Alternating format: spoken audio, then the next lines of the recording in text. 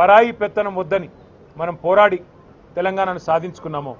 ఎందుకంటే స్వాతంత్ర్యం అంటే కేవలం ఒక స్వతంత్రంగా అడ్మినిస్టర్ చేసుకునే అధికారమే కాదు, ఆత్మగౌరవంతో బతికే ఒక పరిస్థితి, ఆర్థిక స్వావలంబనతో బతికే ఒక పరిస్థితి.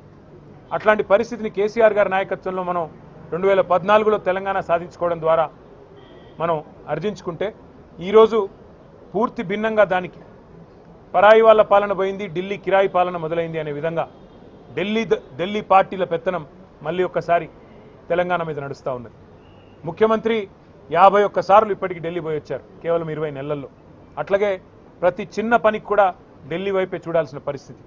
మళ్ళొక్కసారి ఢిల్లీ చేతుల్లో జుట్టు చిక్కిన తర్వాత తెలంగాణ తిరిగి ఒక్కసారి పరాయి వారి బానిసత్వంలోకి పోయి మళ్ళీ తిరిగి తన స్వాతంత్రాన్ని తన స్వేచ్ఛను కోల్పోతున్న పరిస్థితి ఇవాళ కనబడతా ఉంది. సంక్షేమంలో వెనుకబడ్డది, వ్యవసాయంలో వెనుకబడ్డది, ఐటీ పరిశ్రమలు తరలిపోతున్నాయి వేరే రాష్ట్రాలకి. దానికి 2 ఢిల్లీ పార్టీలు కూడా కారణం.